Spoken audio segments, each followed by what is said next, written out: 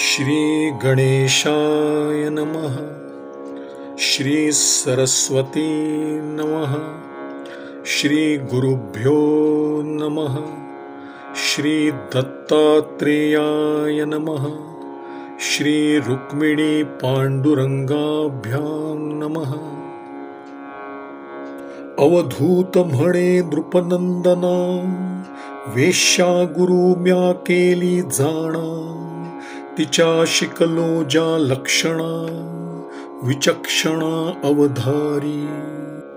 अवधूत म्हणतो, हे नृपनंदना, चतुर राजा, मी वेश्येला गुरु केले आणि तिच्यापासून काय शिकलो ते ऐक. पूर्वी विदेहाचे नगरी, पिंगला नामे वेश्या वासू करी, तिसियास निरासेवरी, वैराग्य भारी उपजले. पूर्वी विदेह राजाच्या नगरात पिंगला नावाची एक वेश्या राहत होती. तिच्या आशेची निराशा झाल्यामुळे तिला तीव्र विरक्ती आली.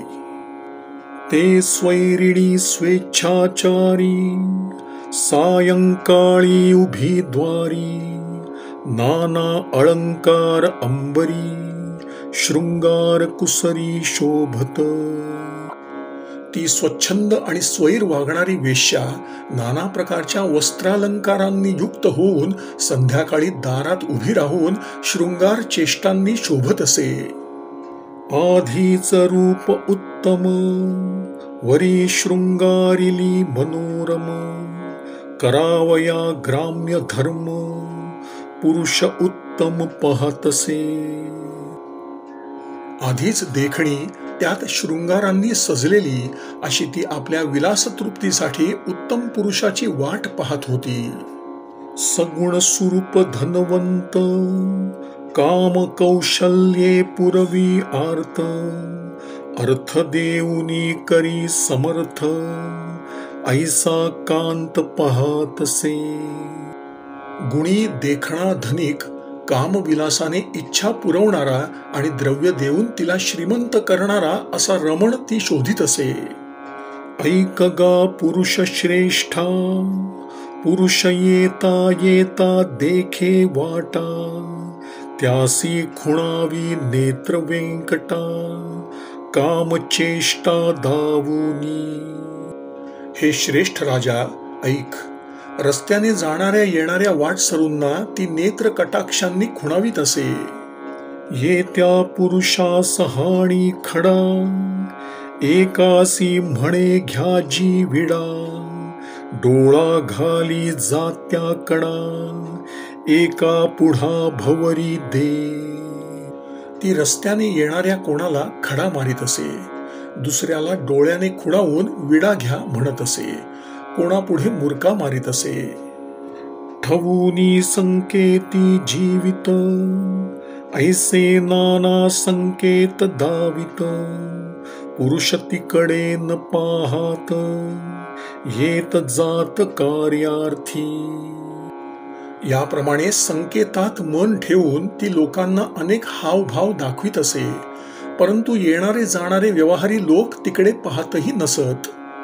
गेल्या पुरुषा ते निंदित, द्रव्यहीन हे अशक्त, रूपे विरूप अत्यंत, उपेक्षित धिक्कारे.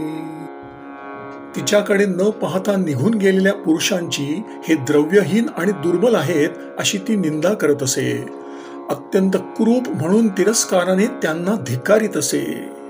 आता येईल वित्तवंत, अर्थदानी अतिसमर्थ, माझा धरोनिया हात, काम आर्त पुरवील. मला श्रीमंत करून सोडणारा आता एखादा धनाढ्य येईल आणि तो माझा हात धरून माझी इच्छा पुरवील.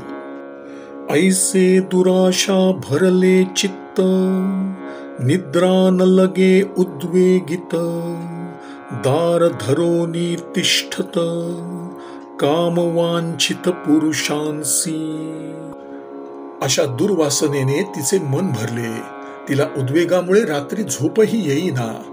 पुरुष समागमाच्या इच्छेने ती दारात वाट पाहत उभी होती. रिघोजाय घरा भीतरी, सांचल ऐकोनी रिघे बाहेरी. रिघता निघता येर झारी, मध्यरात्री पै झाली. घरात जावे तो काही चाहूल लागताच बाहेर यावे, अशा येर झाऱ्यात मध्यरात्रही उलटून गेली. सरली पुरुषाची वेळ, राज झाली जी प्रबळ. निद्रा व्यापिले लोक सकळ, पिंगला विव्हळते काळी. पुरुषाची येण्याची वेळ टळली. मध्यरात्र झाल्यामुळे सर्व लोक गाढ झोपेत मग्न झाले. त्यामुळे पिंगला विव्हळ होऊन बसली. तुटला आशेचा जिव्हाळा, सुकले ओठ वाळला गळा. कळा उतरली मुख कमळा, खेदू आगळा चिंतेचा. आशेचा ओलावा जसा संपला तसे तिचे ओठ सुकले, घशाला कोरड पडली, मुखकमल म्लान झाले, चिंतेमुळे खेद वाढला. वित्तनयेची हाता, तेडे ते झाली दीन चित्ता. वैराग्ये परम वाटली चिंता, सुख स्वार्था ते हेतू. हाती द्रव्य येत नाही म्हणून ती मनात अगदी खिन्न झाली. चिंतेमुळे तिच्या मनात विरक्ती उत्पन्न झाली आणि तीच तिच्या आत्मसुखप्राप्तीला कारण झाली. श्रीराम श्रीराम श्रीराम